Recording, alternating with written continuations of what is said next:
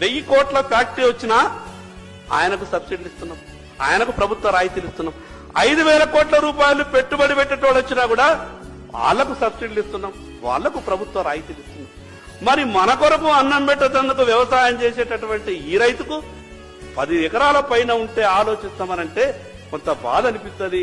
ఆ రకమైనటువంటి ఆలోచనని విరమించుకోండి. రైతుకు కులం లేదు అధ్యక్ష. రైతు రైతే, ఏ కులం ఉన్నా కూడా రైతు రైతే. కాబట్టి మీరు మిగతా విషయాలు ఆలోచించకుండా ఎన్ని ఎకరాలు ఎక్కువ వ్యవసాయం ఎవరు చేస్తారు అధ్యక్ష? వ్యవసాయాలు అంతా బాగలేవు అధ్యక్ష.